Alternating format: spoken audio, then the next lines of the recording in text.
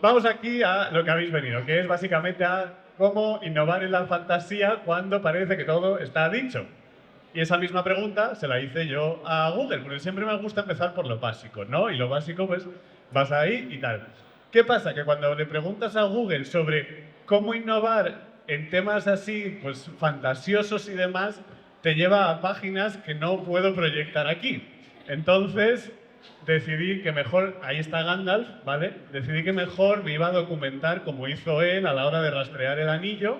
Me puse a leer mogollón de artículos y al final pues me acabé haciendo la pregunta pues que da título a esta presentación, que es ¿por qué Bilbo Bolsón no compraría en Mercadona? Y yo creo que es una buena aproximación para hablar de por qué escribimos fantasía y de cómo innovar en el género fantástico, ya sea a nivel de escribir vosotros vuestras novelas, vuestros relatos, o incluso pues, cuando roleáis, tanto rol en vivo como rol de mesa, pues qué hacer, ¿no?, para que nuestras aventuras sean más chulas.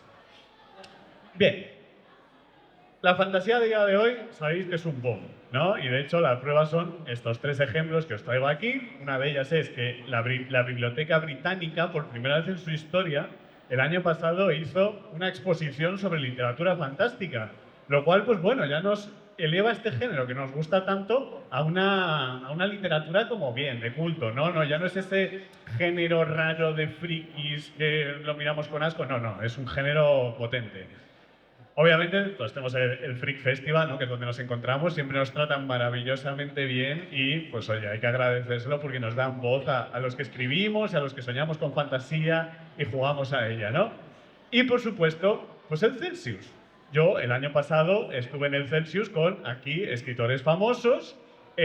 Yo, para quien no lo sepa, he escrito esos dos libros. He tapado a la persona menos importante de esa foto, ¿vale? Entonces, pues bueno, yo escribí esos dos libros. No os voy a soltar la chapa sobre esos dos libros porque es publicidad subliminal, sí, no me odiéis. Entonces, bueno, volviendo a nuestro foco. ¿Qué pasa? Ahora mismo se está potenciando muchísimo la fantasía desde las grandes editoriales, ¿vale? Y a mí me gusta ver por las grandes editoriales, la fantasía de las grandes editoriales, como ir a comprar al Mercadona, ¿no? A nuestros supermercados de confianza, como ellos dicen. ¿Por qué?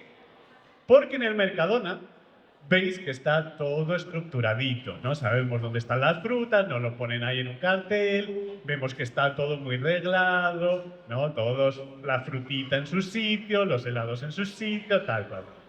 Mercadona, pues efectivamente, es un supermercado de confianza. Y por eso Bilbo Bolsón no compraría ahí. Tal vez el Bilbo Bolsón del principio del Hobbit sí. ¿Por qué? Porque Mercadona no nos ofrece ninguna aventura. Ya sabemos lo que vamos a encontrar en Mercadona. Y además, Mercadona ha subido los precios, por cierto. Este producto, el guacamole, delicioso guacamole, que no falta nunca en las sesiones de rol ni en las tardes de juegos con amigos y demás, pues ha pasado de costar 1,65 a 1,75, y esto es algo que se repite en todos los productos, lo que hace que este tipo, que es el dueño de Mercadona, sea como Smaug, que se alimenta de todos esos céntimos que nos van sobrando y vive acumulando riqueza. Conclusión, Bilbo Bolsón no compraría en Mercadona. De la misma forma que nosotros deberíamos exigir un poquito más a esas grandes editoriales que de repente están publicando fantasía, pero es una fantasía como un poco repetitiva a veces, ¿no? Aquí empezamos con los tropos, ¿no? Eso que ya hemos visto mucho en TikTok, en Instagram, que si el enemies to lovers, found family, slow burn, fake dating, false proximity, second chance, love triangle, one band, todas esas cosas que, pues bueno, pueblan nuestros libros y que hacen que las historias sean muy parecidas. Y por supuesto, el spicy, que tenemos ahí siempre también, ¿no? No digo que esto esté mal, ¿eh? Aquí cada uno lo puede leer, todo genial, pero sí me da la sensación de que muchas veces, últimamente, cuando preguntamos, bueno, ¿de qué va este libro, no? Nos dicen, bueno, pues es un Enemies to Lovers de One Bed y Fan Family, y es como, ya, pero ¿de qué va? ¿De qué va? Contádmelo. Como que al final encontramos siempre los mismos tropos y se repiten mucho. Y eso es lo que no queremos. Eso es lo que Bilbo Bolsón no querría. Bilbo Bolsón querría vivir aventuras. Terry Pratchett, el papá puerco, ¿vale? No sé si conocéis a Terry Pratchett, espero que sí, si no, tenéis que leerlo obligatoriamente, ¿vale? Terry Pratchett, en Papá Puerco, nos contaba que nosotros necesitamos la fantasía para ser humanos, ¿vale? Lo pone aquí. Para los que no estéis familiarizados con Terry Pratchett, las partes que están en mayúsculas las cuenta la muerte. La muerte, en Terry Pratchett, que es el típico esqueleto con la capucha y la guadaña, siempre habla en mayúsculas, ¿vale? Y aquí está teniendo una conversación con su sobrina Susan. Y Susan le dice, de acuerdo, no soy estúpida. Dice que los humanos necesitamos fantasías para hacer la vida más soportable. Y la muerte le dice, ¿en serio? ¿Como si fuera una especie de píldora rosa? No, los humanos necesitan la fantasía para ser humanos. Para ser el punto donde el ángel que cae se encuentra con el simio que se alza. La fantasía nos permite creer mediante historias de dragones, historias de unicornios, historias de majos y magas también. Nos permite creer en otras realidades que tenemos en nuestro día a día, como la justicia, como el amor, como la tristeza, ¿vale? Y nos ayuda a gestionarlas. Por eso, todas estas novelas al final nos siguen atrayendo, nos siguen gustando. El problema es que al volverse repetitivas, muchas veces todos esos factores que hacen humana a la fantasía acaban desapareciendo, se acaban difuminando en unas estructuras que ya conocemos y que, bueno, pues que nos pueden gustar más o menos, pero al final cansan, ¿no? Y efectivamente, tenemos muchísima fantasía. Ha habido fantasía a lo largo de la historia. Bueno, tenemos El Señor de los Anillos, que es ahí donde más o menos empieza. Después tenemos que si la Dragonlance, que es y Dragones y Mazmorras. Pasamos por Robin Hood, por Juego de Tronos, por, yo qué sé, todos estos que veis aquí, ¿vale? Y muchas veces incluso ya se ha caído en la parodia, ¿no? Se ha repetido tantas veces lo que nos han contado que ya nos reímos un poco de él y todo. En otra novela de Terry Pratchett, que era experto en reírse de la fantasía, aquí nos hace una descripción de cómo son las guerreras típicas de fantasía. Claro, en la época en la que escribe esto, que es el momento en el que aparece Xena, la princesa guerrera, aparece Conan, aparece todas estas guerreras, ¿no? Que van como hipersexualizadas, con muy poca ropa y con unas espadas gigantescas. Nos lo pone aquí. El héroe que en aquellos mismos momentos galopaba hacia las llanuras del vértice nunca se había metido en esa clase de disputas, porque no se las tomaba en serio, pero sobre todo porque este héroe en concreto era una heroína pelirroja, pues siempre son pelirrojas. Por cierto, en esta clase de cosas existe la tendencia de mirar por encima del hombro del dibujante que se está haciendo la cubierta y empezar a hablar sobre cuero, botas hasta los muslos, espadas desnudas. Adjetivos como llenos, redondos e incluso vivaces empiezan a colarse en la narración hasta que el escritor tiene que darse una ducha fría y acostarse un rato. Lo cual es bastante estúpido porque ninguna mujer que se gane la vida con su espada va a ir por ahí con un aspecto de haberse escapado de un catálogo de lencería, de esos que envían por correos y en sobres discretos. O bueno, muy bien, lo que debe de quedar bien claro es que aunque Rena estaría imponente tras un buen baño, una manicura intensiva y lo mejor de la Wu-Fun Lens, productos exóticos y artes marciales, en la calle Héroes, ahora mismo tenía la sensatez de vestir una ligera cota de malla, botas blandas y una espada corta. De acuerdo, quizás las botas fueran de cuero, pero no negras. ¿Qué nos quiere decir esto? Que al final estamos siempre recreando patrones, ¿no? Y parece muchas veces que estamos escribiendo la misma novela una y otra vez. Prueba de ello también es que todo el mundo en sus novelas de fantasía, o casi todo el mundo, mete orcos, elfos y humanos. Sí, vale, ya hemos leído a Tolkien, no hace falta que nos lo vuelvas a leer, porque además esa historia ya la escribió Tolkien. Nadie lo va a hacer tan bien como Tolkien, ¿no? Entonces, metemos este palabra. ¿Qué es la iteración? Pues eso mismo le pregunté yo a Google. Google, tío, ¿qué es la iteración? Y Wikipedia dice que la iteración significa repetir varias veces un proceso con la intención de alcanzar una meta deseada, objetivo o resultado. ¿Está mal repetir las mismas estructuras que hemos visto? No necesariamente, pero siempre tienen que aportar algo, ¿vale? Esa es la diferencia entre repetición e iteración. La iteración siempre aporta algo. Y eso es lo que tendríamos que intentar buscar nosotros.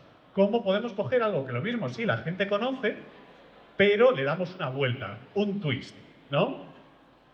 Un ejemplo muy bueno, hablando del Señor de los Anillos, es un libro que salió publicado, que era la historia del Señor de los Anillos contada desde el punto de vista de los orcos. Y los orcos básicamente son gente que abogan por la industrialización, por la modernización de la Tierra Media, y sin embargo están los elfos, que son hippies, y les gusta pues mantener sus bosquecitos y tal. Entonces es una lucha ahí, pues al final que se acaba convirtiendo en un diálogo entre la industrialización, la modernización de la sociedad, el marxismo, ¿no? Un poco ahí también tenía. Pero bueno, ya es un twist que le damos a nuestras historias. Y eso deberíamos intentar aplicarlo siempre. También tenemos que tener en cuenta cómo funciona la fantasía, ¿vale? La fantasía se diferencia de la ficción en cuanto a que, como es un género ya establecido, muchas veces los propios autores de fantasía son lectores de fantasía, ¿no? Y lo utilizan para conocer cuáles son las características, cuáles son los tropos que se repiten y demás. Entonces, en una novela precisamente de fantasía, que se llama The Bird King, no se ha traducido al español todavía, se dice esto. Una vez que una historia sale de las manos de su autor, le pertenece al lector. Y el lector puede ver infinidad de cosas, cosas conflictivas y contradictorias. El autor guarda silencio. Si su intención importara tanto, no habría necesidad de inquisiciones, cismas y guerras. Pero calla, guarda silencio. El autor del poema calla, el autor del mundo calla. Nos quedamos sin más intenciones que las nuestras. Nosotros nos desplazamos a ese mundo de fantasía. Nosotros le damos el significado que queremos. Tolkien, George R.R. Martin, Robin Hood, todas estas, Cassandra Clare, pueden decir lo que quieran en sus obras, pero al final quienes la vamos a interpretar somos nosotros. Y nosotros podemos jugar mucho con eso, ¿no? Podemos cambiar la historia. Prueba de ello es que uno de los grandes subgéneros dentro de la fantasía son los fanfics. ¿A quién no le gusta un buen Dramione o a quién no le gusta jugar con los personajes y de repente les voy a dar esta profundidad y voy a explorar esta historia que el autor no exploró en su momento? Se nos abre, de nuevo, un abanico de posibilidades por las que profundizar en esas historias y por las que, bueno, intentar cambiar lo que ya se ha escrito. Y el autor no puede decirnos nada, ¿no? Porque el autor al final, como dice aquí, guarda silencio. El autor ha lanzado su obra al mar y que la reciba quien quiera. ¿Cómo hacemos ese cambio precisamente? Pues con la transgresión y con la empatía, ¿vale? La fantasía, al final la buena fantasía, busca de alguna forma también reflexionar sobre la sociedad. De alguna forma.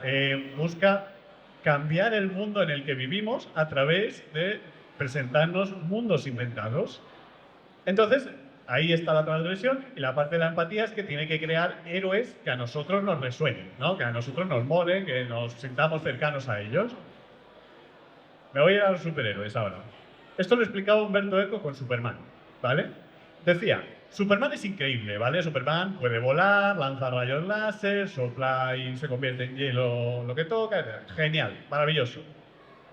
Pero Superman, siendo tan poderoso como es, no nos gustaría si simplemente fuera Superman. No, no, a nosotros lo que nos gusta es ver que cuando Superman se cuelga la capa, se convierte en Clark Kent, que es un tipo pringao, que le gusta a una chica que de vez en cuando se mete con él y que siempre llega tarde al trabajo, pues un poco como todos nosotros. O sea, todos nosotros somos ese Clark Kent pringao que en algún momento quiere llegar a ser Superman, ¿vale?